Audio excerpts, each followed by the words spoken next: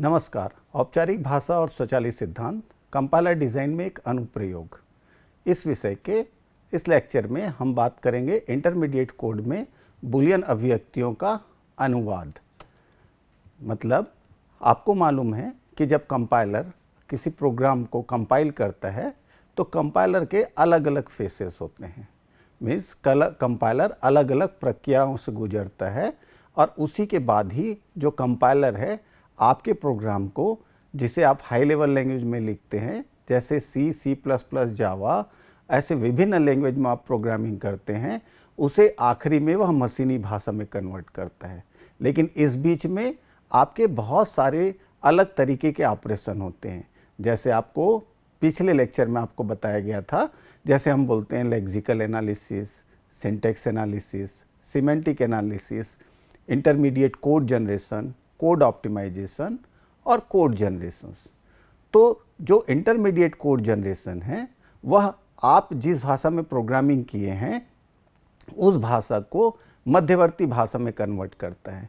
वह किसी मशीन के स्ट्रक्चर पे या उसके सीपीयू में जो रजिस्टर है या जो मेमोरी जिस तरीके से आपका लोकेशन यूज़ करता है वह उस पे डिपेंडेंट नहीं करता, वह पूर्णतः मशीन इंडिपेंडेंट होता है। तो हम इस लेक्चर में हम बात करेंगे कि जब हम प्रोग्राम लिखते हैं और उसमें जब हम बूलियन स्टेटमेंट या बूलियन अभिव्यक्ति लिखते हैं तो उसे कैसे इंटरमीडिएट कोड में कन्वर्ट किया जाता है। यहाँ पे विशेष ध्यान रखें, आपके अलग अलग तरीके के इंटरमीडिएट कोड होते हैं। जैसे आपका पोस्टफिक्स नोटेशन होता है, आपके ट्री के फॉर्मेट में होता है, वैसे एक आपका 3 एड्रेस कोड होता है। तो यहाँ पे हम बात करेंगे कि अगर कोई एक्सप्रेशंस, अगर बूलियन एक्सप्रेशंस अगर हमारे प्रोग्राम के स्टेटमेंट का पार्ट है तो हम उसे इंटरमीडिएट कोड में कैसे कन्वर्ट कर सकते हैं। तो इस लेक्चर का जो मुख्य उद्देश्य है, हम बात करेंगे मूल बूलियन संक्रिया को समझने की, साथ में हम रिलेशन अभिव्यक्तियों का अनुवाद करेंगे 3 एड्रेस कोड में, साथ में जटिल बूलियन अभिव्यक्तियों के बारे में भी हम बात करेंगे। तो अब हम विस्तृत लेक्चर की तरफ बढ़ते हैं। तो पहले हम यह देखते हैं कि बूलियन एक्सप्रेशन या बूलियन अभिव्यक्ति क्या है। तो बूलियन अभिव्यक्तियाँ ट्रू या फॉल्स का मान देती है। इसका मतलब जो स्टेटमेंट आप लिखते हैं, जब उस स्टेटमेंट को आप इवेलुएट करते हैं या आपका कंपाइलर या मशीन उस स्टेटमेंट को जब इवेलुएट करता है तो जो आपको उत्तर मिलता है वह या तो ट्रू रहेगा या फॉल्स रहेगा। इसका उपयोग प्रोग्रामिंग में नियंत्रण प्रवाह के निर्णयों में जनरली किया जाता है। तो बूलियन अभिव्यक्तियाँ तार्किक कथन होती है जो या तो ट्रू या फॉल्स का मूल्य देती है। इनका उपयोग तार्किक संचालन करने और प्रोग्रामिंग में निर्णय लेने के लिए किया जाता है। जैसे अगर एक उदाहरण देखें कि अगर एक एक्सप्रेशन, एक अभिव्यक्ति है x ग्रेटर देन 10, x बड़ा है 10 से, तो एक बूलियन अभिव्यक्ति है तो यह ट्रू होगा या तभी ट्रू होगा या तभी ट्रू वैल्यू रिटर्न करेगा जब x की ऐसी कोई भी वैल्यू ले लें जो आपके 10 से बड़ा हो, अन्यथा यह आपको फॉल्स आउटपुट देगा। तो मूलतः बूलियन अभिव्यक्तियाँ प्रोग्राम के प्रवाह को नियंत्रित करने में महत्वपूर्ण होती है। आगे हम देखेंगे कि जैसे आपके प्रोग्राम में अलग अलग तरीके के स्टेटमेंट यूज़ होते हैं। जैसे हम कुछ कंडीशनल स्टेटमेंट बोलते हैं, कुछ लूप वाले स्टेटमेंट होते हैं। तो उसमें उस स्टेटमेंट में आपके बूलियन एक्सप्रेशन जो रहता है वह उसका हिस्सा रहता है। तो यह मूलतः अभिव्यक्तियाँ प्रोग्राम के प्रवाह को नियंत्रित करने में महत्वपूर्ण होती है। यह इस बात को निर्धारित करती है कि किन कोड ब्लॉकों को कुछ शर्तों के आधार पर एग्जीक्यूट किया जाए, उसे निष्पादित किया जाए। जैसे उदाहरण के लिए एक स्टेटमेंट लिखा हुआ है, सी का एक स्टेटमेंट है if age is greater than or equal to 18, कि जो एज जो वेरिएबल है उसकी वैल्यू या तो ग्रेटर होना चाहिए या बराबर हो सकता है, तभी उसे वोट देने की अनुमति है। तो इसका मतलब बूलियन अभिव्यक्ति के द्वारा यह चेक किया जाएगा कि वो जो एज है वह सत्य है, ट्रू है या फॉल्स है। अगर वह ट्रू होगा तो वह व्यक्ति आपका वोट दे पाएगा, नहीं तो नहीं दे पाएगा। यह हम एक एग्जाम्पल के द्वारा समझने की कोशिश कर रहे हैं। तो मूल बूलियन संक्रियाएँ क्या क्या हैं। तो मेनली बूलियन एक्सप्रेशंस में आपके जो मेन कंपोनेंट जो यूज़ होते हैं वह है आपका एंड, आर और नॉट।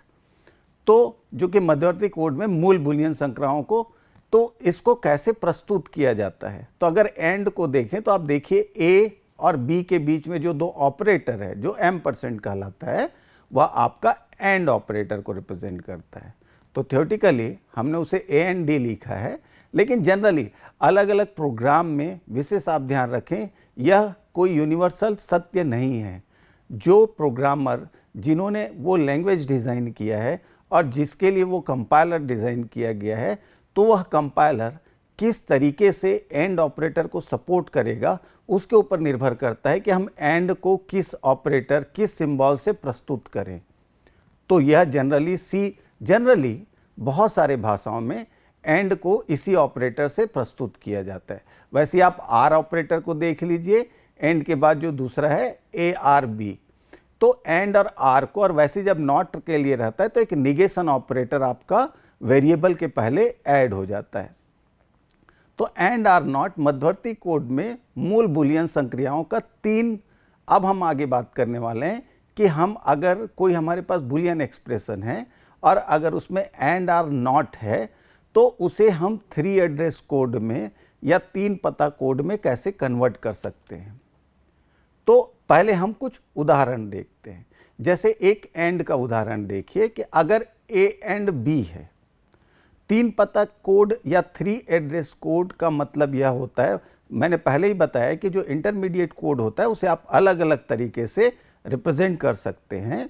जैसे आपका सिंटेक्स ट्री हो गया, पोस्ट फिक्स नोटेशन हो गया, 3 एड्रेस कोड हो गए, और वैसे आधुनिक मशीन में और भी अलग अलग टाइप के कोड होते हैं, जैसे बाइट कोड या बहुत सारे तरीके होते हैं जो आपके मूल कोड है, आपके जो मूल प्रोग्राम है उसको इंटरमीडिएट फॉर्म में रिप्रेजेंट करने के लिए। लेकिन इस लेक्चर में आपको समझाया गया है कि वह जो इंटरमीडिएट कोड है हम उसे 3 एड्रेस कोड के फॉर्म में रिप्रेजेंट कर रहे हैं। 3 एड्रेस कोड का मतलब यह होता है कि मैक्सिमम उसमें आपके 3 वेरिएबल हो सकते हैं। तो जैसे पहला उदाहरण बताया कि अगर एंड ऑपरेटर है ए एंड बी, और अगर उसका 3 एड्रेस कोड में अगर उसको रिप्रेजेंट करना है तो ए के बुलियन मान की गणना, पहले ए के बुलियन मान की गणना होगी और उसे एक टेम्पररी वेरिएबल या अस्थायी चर T1 में स्टोर कर दिया जाएगा। फिर वैसे ही आपके बी के बुलियन वैल्यू की गणना होगी और उसे एक टेम्पररी वेरिएबल T2 में स्टोर कर दिया जाएगा। फिर उसके बाद T1 और T2 के बीच में आपका एंड ऑपरेशन परफॉर्म करवाया जाएगा, जो आपका लॉजिकल ऑपरेशंस है, और जो भी रिजल्ट आएगा चाहे वह ट्रू हो या फॉल्स हो, वह आपके T3 में संग्रहित हो जाएंगे। तो इस तरीके से अगर एंड ऑपरेटर यूज हो रहा है 2 वेरिएबल के बीच में, तो अगर उसे 3 एड्रेस कोड में अगर कन्वर्ट करना चाहें बहुत ही साधारण तरीके से, तो आप देख सकते हैं कि यहाँ पे 3 अस्थायी चर या 3 अस्थायी वेरिएबल की आपको ज़रूरत पड़ेगी। तो आप जो हमने अभी चर्चा किया कि T1 बराबर A का मतलब ये है कि A का मान कि वह ट्रू है कि फॉल्स है। फिर T2 बराबर B मतलब T2 की वैल्यू कि वह ट्रू है कि फॉल्स है। फिर जो ट्रू और फॉल्स वैल्यू है वो आपके तीसरे एक्सप्रेशंस पे आएंगे, और T1 और T2 के बीच पे जो लॉजिकल एंड ऑपरेशन है वह परफॉर्म होगा, और या तो रिजल्ट ट्रू होगा या फिर फॉल्स होगा, जो आपका जाके स्टोर हो जाएगा 3 में, T3 में। ये तीनों आपके टेम्पररी वेरिएबल है। तो यह आपके A एंड B का इंटरमीडिएट कोड रिप्रेजेंटेशंस है। सेम उसी तरीके से आपका ARB का भी कैलकुलेशंस होता है। A की वैल्यू ट्रू या फॉल्स है उसे T1 में सेव किया जाता है, संग्रहित करते हैं। वैसे ही B के ट्रू या फॉल्स की वैल्यू को T2 सेकंड टेम्पररी वेरिएबल, और फिर जो रिजल्ट है उसको थर्ड टेम्पररी वेरिएबल T3 में जाके स्टोर करते हैं। तो यह एक 3 एड्रेस कोड का रिप्रेजेंटेशन है। वैसे ही आपका जो थर्ड है दैट इज नॉट ए, आप देखिए वेरिएबल ए के पहले एक नॉट का सिंबल लगा हुआ है। तो इसमें आपके पहले ए के वेरिएबल की वैल्यू पता चलेगा कि वह ट्रू है कि फॉल्स है, वह टेम्पररी T1 में चला जाएगा। उसके बाद फिर उसमें एक निगेशन ऑपरेशन परफॉर्म करके जो रिजल्ट आएगा उसको T2 में स्टोर कर देते हैं। तो इस तरीके से हमने देखा कि जो 3 ऑपरेशंस है बुलियन एक्सप्रेशंस के एंड आर नॉट, अगर वह सिंपल एक्सप्रेशन है तो उसे हम 3 पता कोड या 3 एड्रेस कोड में कैसे कन्वर्ट कर सकते हैं। अब हम बात करेंगे शॉर्ट सर्किट मूल्यांकन की। तो बहुत सारे बुलियन एक्सप्रेशंस ऐसे रहते हैं कि जो आपके अलग अलग ऑपरेटर के कॉम्बिनेशन से, मतलब एक ही एक्सप्रेशंस में आपका एंड भी यूज़ हो रहा है, आर भी यूज़ हो रहा है, या मे बी आपका नॉट भी यूज़ हो रहा है, मतलब सभी का उपयोग करके कॉम्प्लेक्स इंस्ट्रक्शंस आपका वहाँ पे है। तो साधारण तरीके से अगर हम उसकी प्रोसेसिंग करें, अगर हम उसका संपादन करें, उसे एग्जीक्यूट करें, तो आपको सभी वेरिएबल के मान निकालने के बाद उनके बीच में जो भी आपका बुलियन ऑपरेशन है वो परफॉर्म करने के बाद आपका फाइनल रिजल्ट मिलेगा, और उसके बेस पे आपके आगे के कैलकुलेशन होंगे, आपके आगे की गणना होगी। लेकिन शॉर्ट सर्किट मूल्यांकन में, या हम यह बोल सकते हैं कि जो बुलियन एक्सप्रेशंस के इवैल्यूएशंस में ऐसी भी परिस्थिति आती है कि स्टार्टिंग के शुरुआत के कुछ एक्सप्रेशंस की वैल्यू या गणना करने के बाद यह निर्णय हो जाता है कि आगे गणना करना है कि नहीं करना है। तो इससे क्या होता है कि पूर्ण गणना ना करके, पार्शियल गणना करके, उसके कुछ हिस्से की गणना करके भी आप उस प्रोग्राम का आउटपुट जनरेट कर सकते हैं। तो इस तरीके के जो मूल्यांकन होते हैं उसे शॉर्ट सर्किट मूल्यांकन बोलते हैं। अभिव्यक्तियों के हिस्सों का मूल्यांकन छोड़कर अनुकूलन, जैसे उदाहरण ए एंड बी का अनुवाद, जहां बी का मूल्यांकन केवल तब होता है जब ए सही हो, क्योंकि आपको मालूम है कि यह लॉजिकल एंड ऑपरेशन है, और जब दोनों ट्रू होंगे, ए भी ट्रू होगा और बी भी ट्रू होगा, उसके बाद ही आपके ए और बी का, ये दोनों कंडीशन में आपके ट्रू, जब दोनों ट्रू होंगे तब यह कंबाइंड जो रिजल्ट देगा वह ट्रू होगा। अब अगर इस एक्सप्रेशंस को किसी स्टेटमेंट में अगर उपयोग किया गया है और अगर ए आपका फॉल्स हो जाए, तो बाय डिफ़ॉल्ट जो ए एंड बी है, चाहे बी आपका ट्रू रहे या फॉल्स रहे, वह आपका फॉल्स हो जाएगा। इसलिए अगर ए ट्रू है तो उसी परिस्थिति में बी की गणना करना आवश्यक है, अदरवाइज ए अगर फॉल्स है तो बी की गणना करने की ज़रूरत नहीं है। तो इस तरीके के जो मूल्यांकन होते हैं उसे शॉर्ट सर्किट मूल्यांकन कहते हैं। शॉर्ट सर्किट मूल्यांकन एक अनुकूलन तकनीक है जिसका उपयोग बुलियन अभिव्यक्ति के कुछ हिस्सों के मूल्यांकन को छोड़ने के लिए किया जाता है, यदि परिणाम को पहले से ही मूल्यांकित भाग से निर्धारित किया जा सकता है। यह प्रदर्शन में सुधार के लिए, यह प्रोग्राम को ऑप्टिमाइज करने के लिए और अनावश्यक गणनाओं या संभावित त्रुटियों से बचने के लिए विशेष रूप से उपयोगी होता है।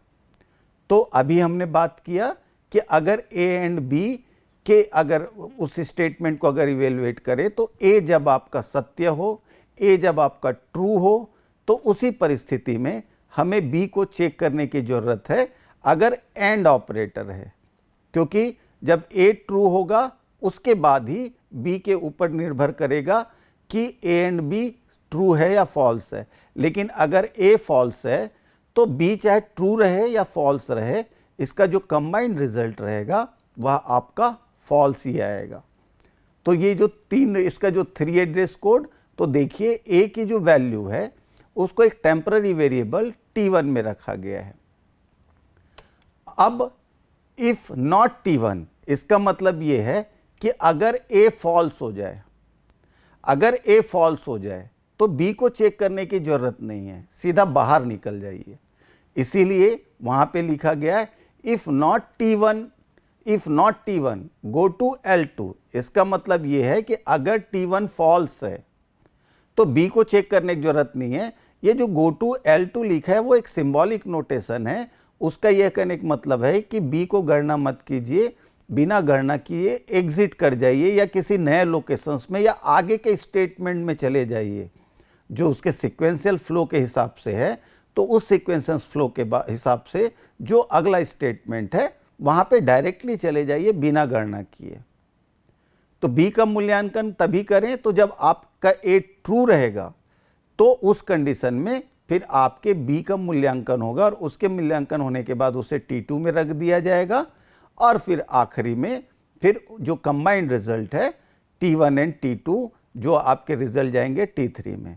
तो यहाँ पे देखते हैं कि एक statement if not T1 go to L2, आपको विशेष ध्यान रखना है कि यह भी आपके 3 एड्रेस कोड का ही रिप्रेजेंटेशन है।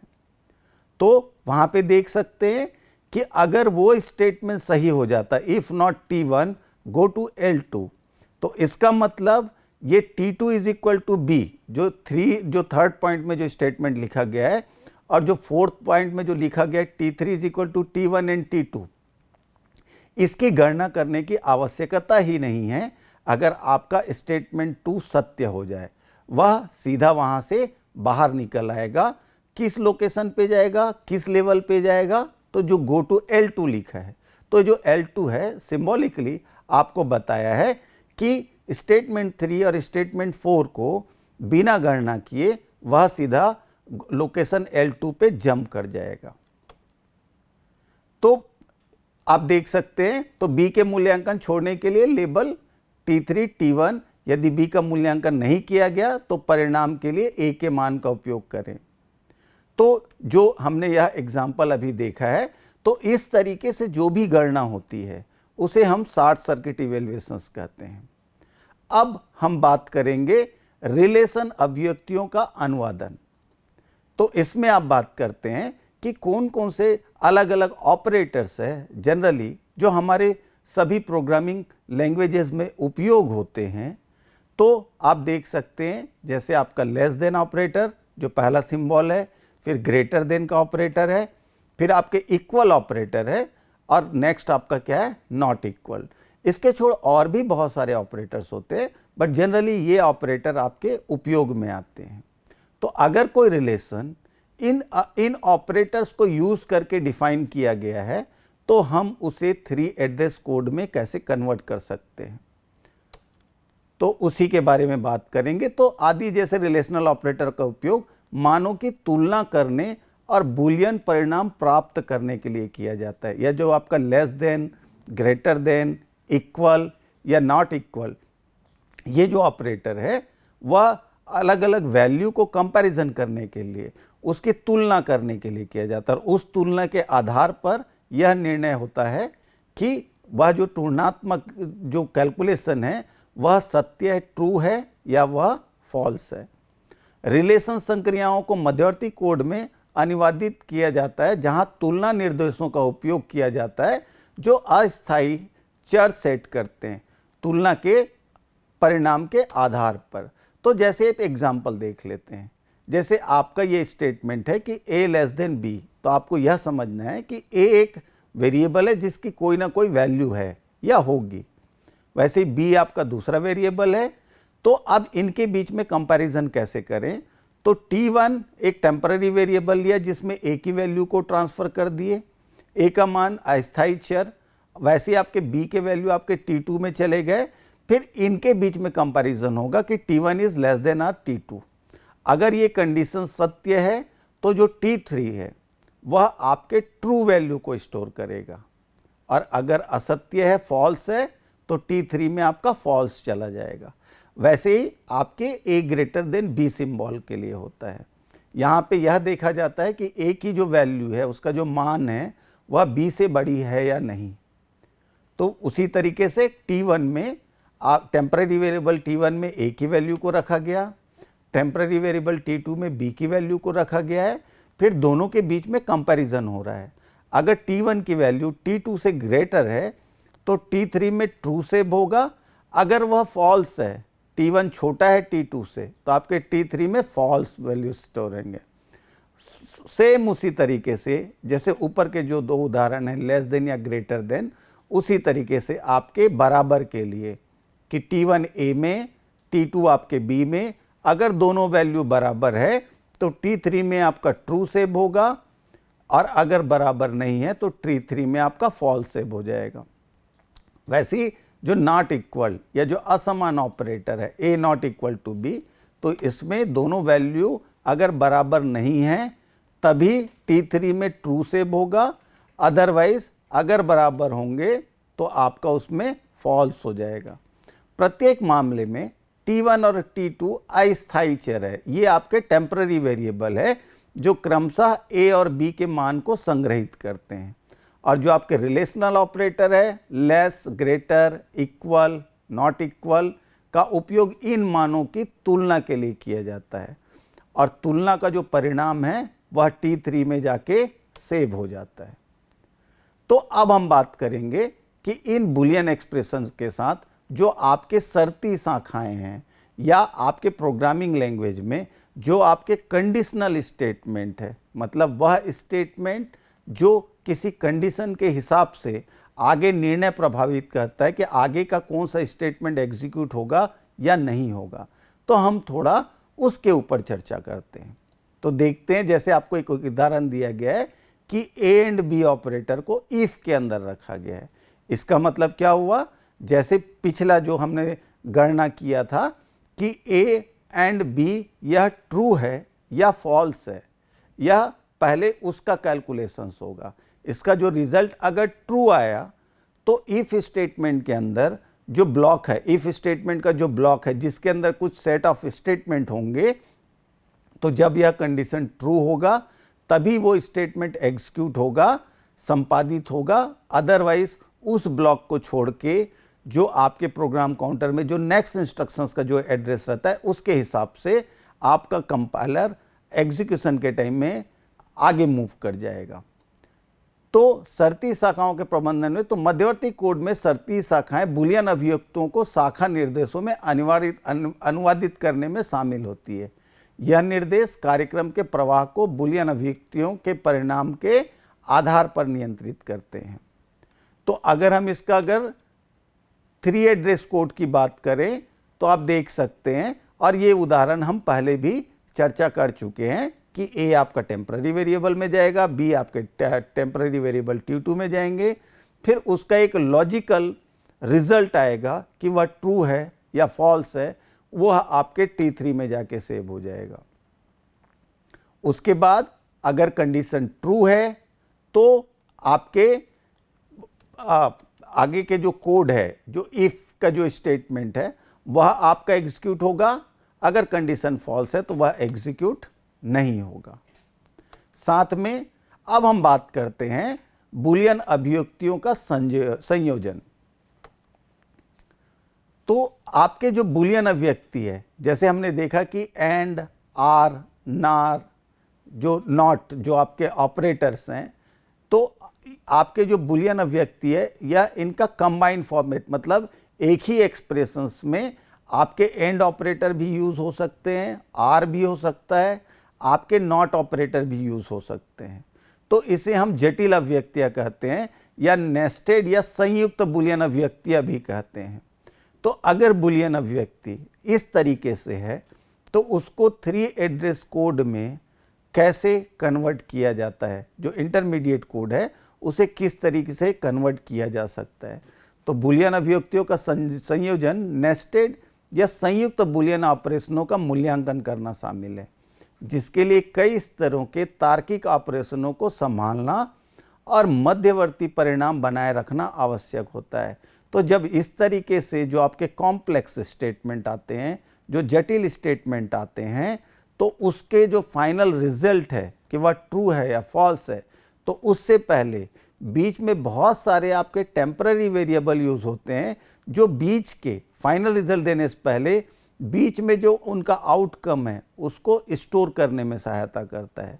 फिर वो सभी रिजल्ट को जब कंबाइन किया जाता है तब आपको आखिरी में उस पूरे एक्सप्रेशंस का रिजल्ट पता चलता है कि वह ट्रू है या फॉल्स है, और आपके प्रोग्राम में उपयोगिता के हिसाब से फिर आगे का निर्णय लिया जाता है।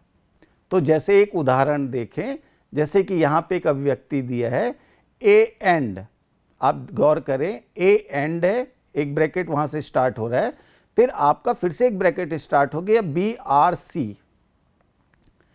तो उसके बाद देखिए दोनों ब्रैकेट आपके क्लोज हो रहे हैं। तो अगर हम प्रेसिडेंस रिलेशन या प्राथमिकता के हिसाब से बात करें तो ए एंड के बाद एक स्मॉल ब्रैकेट है, उसमें बी आर सी है, फिर उसके बाद ब्रैकेट आपके क्लोज हो रहे हैं।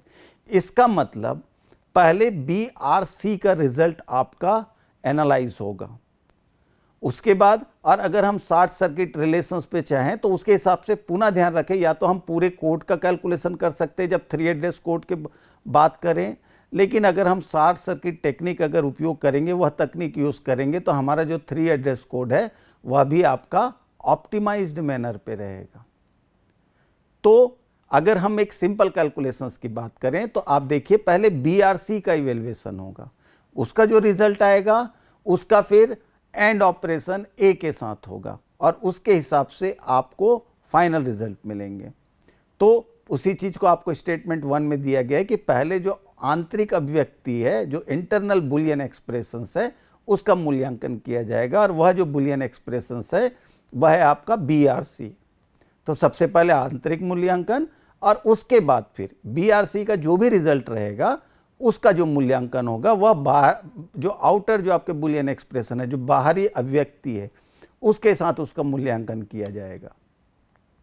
तो अगर हम 3 एड्रेस कोड की बात करें, और पुनः ध्यान रखें कि यहाँ पे हम शॉर्ट सर्किट टेक्निक का उपयोग नहीं कर रहे हैं, अदरवाइज हमको सिर्फ पहले ए का मूल्यांकन करना था। अगर ए आपका ट्रू हो जाता उसके बाद ही हम आगे का मूल्यांकन करते, क्योंकि अगर ए फॉल्स हो जाएगा तो आपके BRC कोई भी रिजल्ट दे वह रिजल्ट आपका फॉल्स ही रहेगा। तो अब देखते हैं, तो पहले आंतरिक मूल्यांकन BRC, तो देखिए B के जो मान है, जो B के जो वैल्यू है उसको टेम्पररी वेरिएबल T1 पे ले लिया गया, C की जो मान है उसको टेम्पररी वेरिएबल T2 पे ले लिया गया, फिर उन दोनों के बीच में R ऑपरेशंस परफॉर्म किए गए, T1 R T2, और उसका जो भी रिजल्ट है उसको टेम्पररी वेरिएबल T3 में संग्रहित कर दिया गया। उसके बाद जो आपका जो A है, A के मान को टेम्पररी वेरिएबल T4 में संग्रहित किया गया, और T4 का जो रिजल्ट है, जो भी वैल्यू संग्रहित है, चाहे वह ट्रू हो या फॉल्स हो, और T3 के जो वैल्यूज़ है उसके बीच में आपका एंड ऑपरेशंस करवाया गया, और जो रिजल्ट है वह आखिरी में कहाँ पे जाके सेव किया गया है, आपके टेम्पररी वेरिएबल T5 में। तो इस तरीके से जो आपके कॉम्प्लेक्स स्टेटमेंट है, उस स्टेटमेंट को हम कैसे उसको 3 एड्रेस कोड में कन्वर्ट कर सकते हैं, वह आपको इसमें समझाया गया है।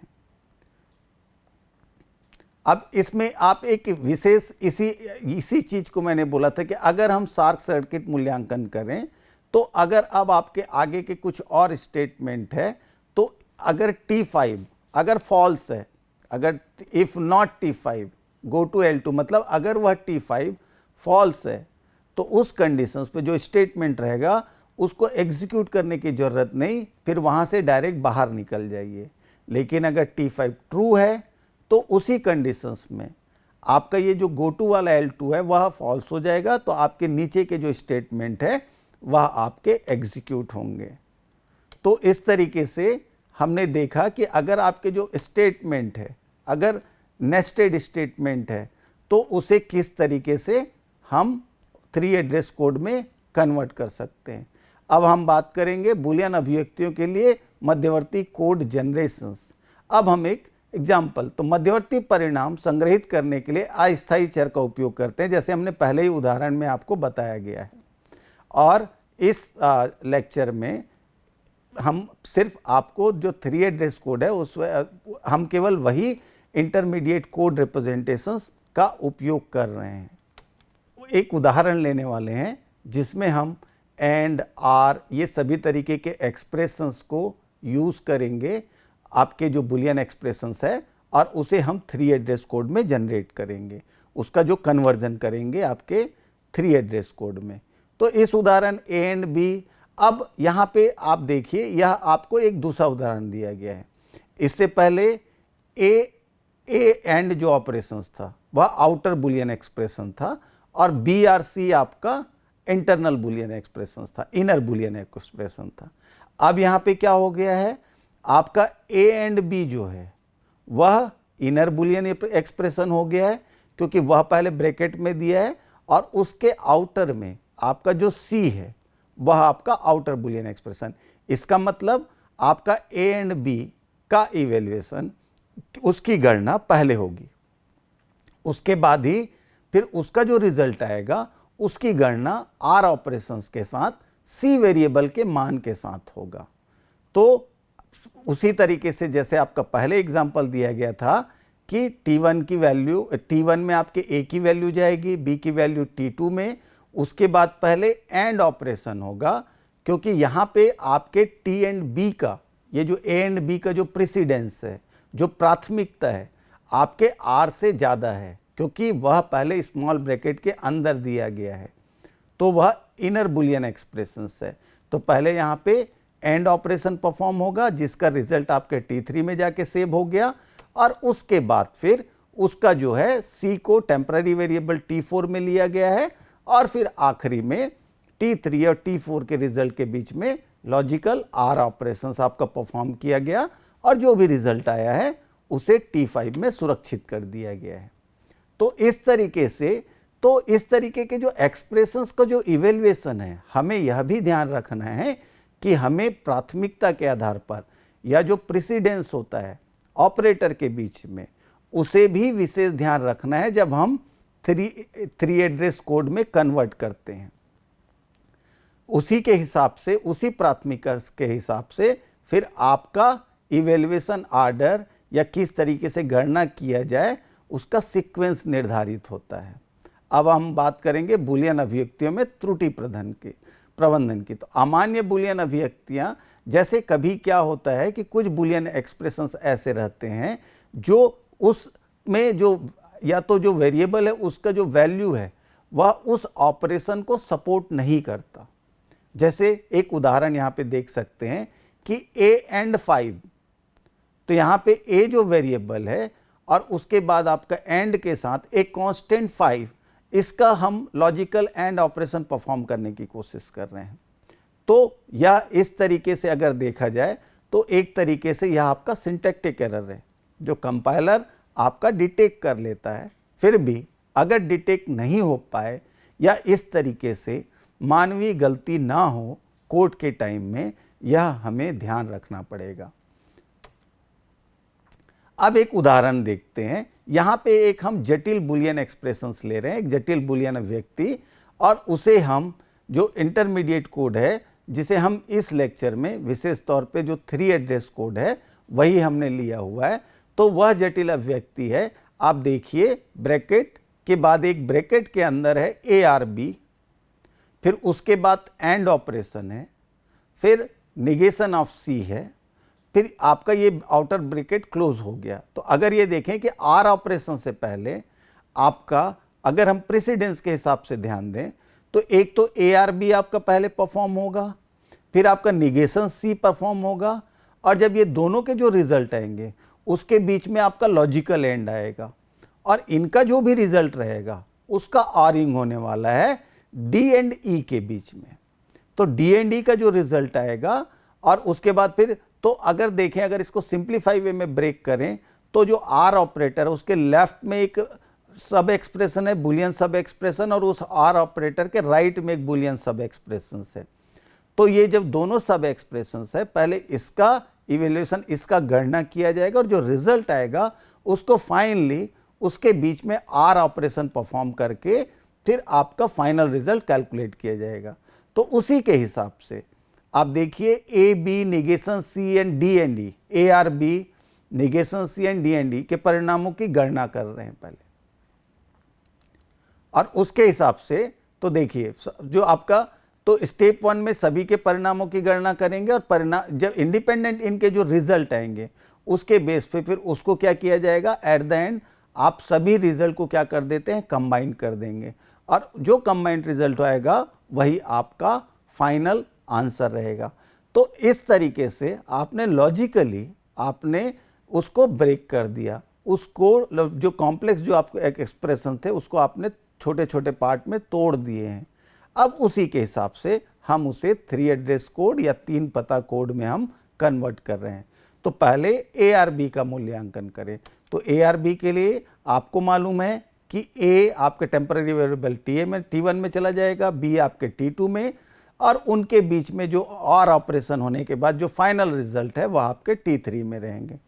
फिर आपको निगेशन C की ज़रूरत है, तो फिर से आपको, क्योंकि T1 से T3 तक आपके टेम्पररी वेरिएबल ऑलरेडी यूज़ हो गए हैं, तो T4 में आपने C भेजा और उसका निगेशन अप्लाई करके T4 का जो निगेशन है वो आपके T5 में चला गया। अब आपको क्या कैलकुलेट करना है, तो अब A एंड B और निगेशन C को आप कंबाइन कर सकते हैं, क्योंकि दोनों के बीच में आपका एंड ऑपरेटर है। तो T3 एंड T5 जो टेम्पररी रिजल्ट थे वह आपके T6 में जाके सेव हो गए। तो मैंने बताया था कि जो दो सब एक्सप्रेशन है, जो लेफ्ट वाला आपका जो लेफ्ट सब एक्सप्रेशन है वह इवेल्युएट हो गया है, उसकी गणना हो चुकी है और उसका जो रिजल्ट है वह T6 में जाके सुरक्षित है। वैसे ही अब आपके जो राइट के जो सब एक्सप्रेशंस है D एंड E, अब उसका मूल्यांकन करते हैं। तो T6 तक आपने उपयोग कर लिया है, तो T7 में आपका D चला गया टेम्पररी वेरिएबल, T8 में E, और उनके बीच में एंड ऑपरेशंस करने के बाद जो उसका रिजल्ट है वह आपके T9 में चला गया। तो आपका जो एक रिजल्ट है, एक सब एक्सप्रेशंस का जो रिजल्ट है वह T6 में है और दूसरे सब एक्सप्रेशंस का जो रिजल्ट है वह आपके T9 में है। तो अब आप क्या करेंगे, वो दोनों को कंबाइन कर देंगे। तो देखिए T10 is equal to T6 R T9। तो यहाँ पे जो आपका T10 जो रिजल्ट संग्रहित करेगा वह एक्चुअली में आपके जो पूरे एक्सप्रेशंस है उसका फाइनल रिजल्ट आपका वह प्रस्तुत कर रहा है। तो इस तरीके से कोई भी कॉम्प्लेक्स संरचना या एक्सप्रेशंस अगर बुलियन के फॉर्म में है तो उसे हम इंटरमीडिएट कोड में प्रस्तुत कर सकते हैं, उसे हम रिप्रेजेंट कर सकते हैं। तो इस लेक्चर में हमने क्या देखा, बुलियन अभिव्यक्तियों के मध्यवर्ती कोड में कैसे अनुवादित किया जाए, उसे कैसे कन्वर्ट किया जाए। हमने डिस्कशंस किया कि अगर वेरिएबल के बीच में, अगर जो वेरिएबल है या जो वैल्यूज़ है, अगर उसके बीच में एंड आर या नॉट ऑपरेटर अगर यूज़ होता है जो मुख्यतः आपके बुलियन ऑपरेशंस को प्रस्तुत करता है, तो उस ऑपरेटर के उपयोग होने पे हम कैसे उसको 3 एड्रेस कोड में, 3 एड्रेस कोड या इंटरमीडिएट कोड में आप उसे कैसे कन्वर्ट कर सकते हैं। फिर हमने डिस्कशंस किया कि अगर आपके एक्सप्रेशंस जो बुलियन एक्सप्रेशंस है वह लंबे हैं, कॉम्प्लेक्स है, वह बहुत सारे operation, logical operation and or और नॉट को मिला के बनाया गया है, तब भी हम उसे छोटे छोटे सब एक्सप्रेशन में तोड़ के फिर उसका 3 एड्रेस कोड जनरेट करके उसके रिजल्ट को कैसे पा सकते हैं। यह सब चीज़ हमने इस लेक्चर में डिस्कस किया। Thank you.